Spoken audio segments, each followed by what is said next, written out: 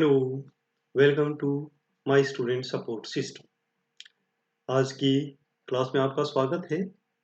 आज हम स्टडी करने वाले हैं चिकन पॉक्स के बारे में। ये लेक्चर आप हिंदी में देख रहे हैं। यदि इसी लेक्चर को आप इंग्लिश में स्टडी करना चाहते हैं तो आई बटन पे क्लिक करें। वहां से आपको इंग्लिश लेक्चर का लिंक मिलेगा और आप डायरेक्ट चैनल को भी विजिट कर सकते हैं। चिकन पॉक्स क्या है? चिकन पॉक्स एक रैशेज वाली डिजीज है, जैसे मीजल्स आपने देखा था पिछले लेक्चर में।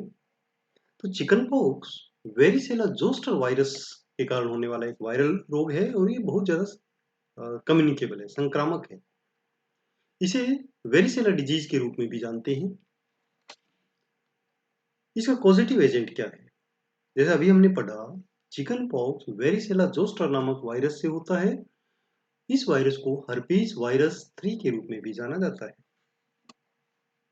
ये कैसे फैलता है?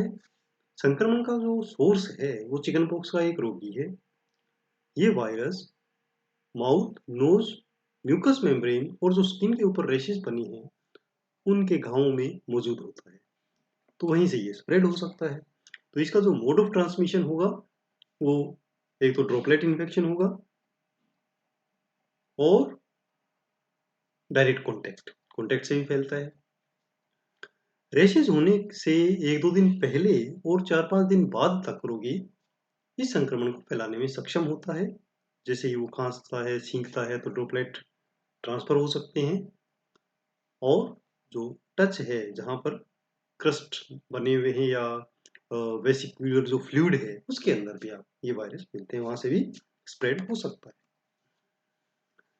इंक्यूबेशन पीरियड की यदि बात करें तो चिकन पॉक्स का नॉर्मल इंक्यूबेशन पीरियड 14 से लेके 16 डेज है, परंतु रेंज इसकी देखी गई है 7 से लेकर 21 दिन तक भी।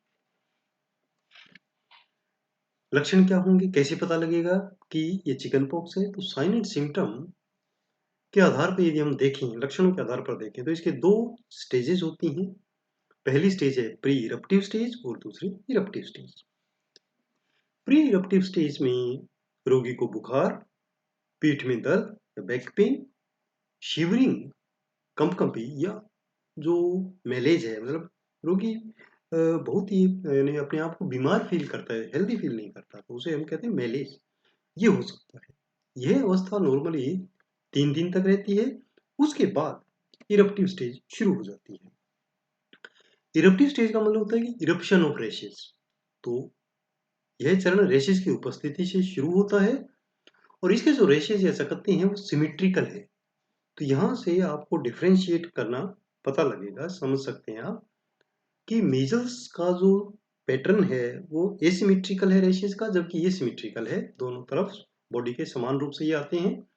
और इसकी शुरुआत ट्रंक से होती है और बाद में धीरे धीरे ये चेहरे, बाह और पूरी बॉडी में ये फैल जाते हैं।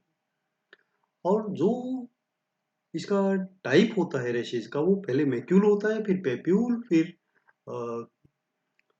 पेप्यूल के बाद वेसिकल्स और बाद में वो स्केप बन जाते हैं, पपड़ी के रूप में उतरने लगते हैं।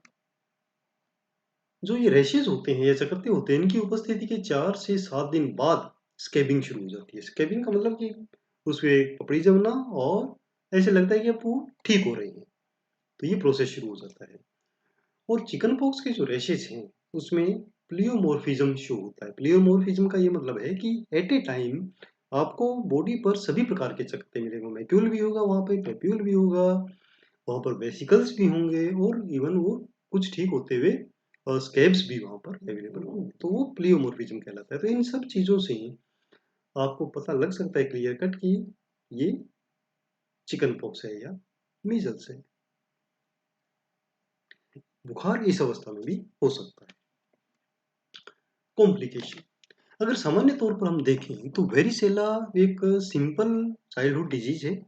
कोई गंभीर प्रॉब्लम नहीं होती है, अपने आप ठीक हो जाती है। बट कभी कभी कॉम्प्लिकेशंस हो सकती हैं। जो कॉम्प्लिकेशन है तो काफी सीरियस हो सकती हैं, जैसे न्यूमोनिया, एनसिफेलाइटिस और कभी कभी तो इवन डेथ भी हो सकती है सीवियर स्टेज। इसके अलावा जो वेसिकल्स हैं उसमें सेकेंडरी वायरल बैक्टीरियल इन्फेक्शन हो सकता है। और दाग या निशान रह जाते हैं, नेक्रोटाइजिंग ओसाइटिस हो जाता है और सेप्टिसीमिया भी हो सकता है। और यदि गर्भावस्था के दौरान वेरिसेला है तो चांसेस हैं कि कॉम्प्लिकेशन होने की स्थिति में गर्भपात भी हो सकता है और जो बच्चा है वो बर्थ डिफेक्ट्स के साथ पैदा हो सकता है, कॉन्जेनाइटल एनोमलीज हो सकती हैं, जैसे त्वचा पे कोई निशान रहना, एट्रोफिड अंग हो जाना, मतलब अंग जो है वो छोटे हो जाना, बड़े हो जाना, ज़्यादा बड़े में तो एट्रोफी होती है, मतलब छोटे हो जाते हैं, पार्ट नहीं पूरा बन पाता, माइक्रोसिफेली हो सकती है और कम वजन का बच्चा या लो बर्थ वेट हो सकता है। डायग्नोस्टिक इन्वेस्टिगेशन क्या करवाएंगे? वैसे तो चिकन पॉक्स में कोई भी लैब इन्वेस्टिगेशन कराने की जरूरत नहीं है, क्योंकि टिपिकल रेशेज हैं, क्लियर पता लग जाता है कि ये चिकन पॉक्स है वेसिकल्स को देखने से, रेशेज को देखने से। फिर भी यदि प्रयोगशाला में जांच करनी है तो सिंपल पीसीआर टेस्ट होता है इसका, पॉलीमरेज चेन रिएक्शन, और इसके लिए कोई भी हम सैंपल ले सकते हैं जिसमें नोज का जो नेजल एक्सक्रीशन है, लार जो क्रस्ट बना हुआ है, स्किन पे लीजन है वहां से भी, सीएसएफ से भी, और अन्य जो विसरल फ्लूइड है वहां से भी सैंपल लेके और वायरस का हम सेपरेट कर सकते हैं, पता लग जाता है कि इसमें ये वायरस अवेलेबल है। ट्रीटमेंट क्या होगा? वैसे तो ये वायरल डिजीज है, सेल्फ लिमिटिंग है, फिर भी इसके लिए कई एंटीवायरल मेडिसिन अवेलेबल हैं, जैसे एसाइक्लोविर, वेलिसिक्लोविर, फेमिक्लोविर, फोस्कारनेट आदि। एसाइक्लोविर देने से इस डिजीज के कॉम्प्लिकेशंस को हम थोड़ा प्रिवेंट कर सकते हैं, सिस्टेमिक डिजीज नहीं होती, वो स्प्रेड नहीं होती है।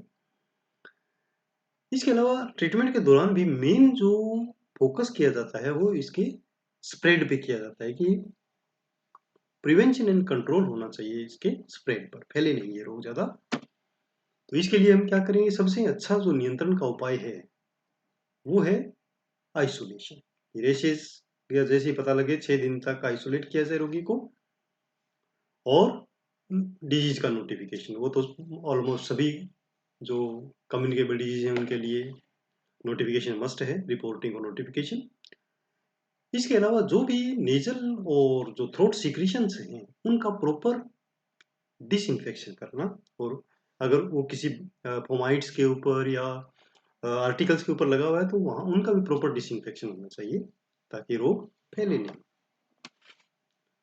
इसके अलावा जो इम्यूनो कम्प्रोमाइज्ड अति संवेदनशील व्यक्ति हैं उनको एक्सपोजर के विदिन 72 आवर्स यदि वेरिसेला जोस्टर का इम्यूनोग्लोबुलिन दिया जाए तो भी इस रोग को हम रोक सकते हैं होने से। और इसके अलावा फिर हमारे पास वैक्सीन भी अवेलेबल है, लाइव एटीन्यूटेड वेरिसेला जो वैक्सीन है वो है, बट अभी इसको रूटीन इम्यूनाइजेशन में भारत में नहीं लगाया जा रहा है, तो प्राइवेट यदि कोई प्रैक्टिशनर है तो वहाँ से लगवाया जा सकता है, बच्चों में भी और बड़ों में। तो इस प्रकार हम देखते हैं कि कम्युनिकेबल डिजीजेस का जो सीरीज है उसका ये नेक्स्ट लेक्चर कंप्लीट हुआ। इसी प्रकार के अन्य वीडियोस आपके पास आते रहेंगे, सारा कम्युनिकेबल डिजीज का चैप्टर्स हम कवर करेंगे। तो ऐसे वीडियोस का नोटिफिकेशन पाने के लिए आप चैनल को सब्सक्राइब कर सकते हैं, फेसबुक पेज को लाइक कर सकते हैं, और नोट्स बनाने के लिए ब्लॉगर विजिट कर लें mynursingstudents.blogspot.com, और इवन सब्सक्रिप्शन बॉक्स में भी आपको लिंक मिलेगा, वहाँ से भी आप विजिट कर सकते हैं। फॉलो कर सकते हैं मुझे ट्विटर पर, इंस्टाग्राम पर, और Facebook group nursing notes join कर सकते हैं। धन्यवाद, आपका दिन शुभ हो।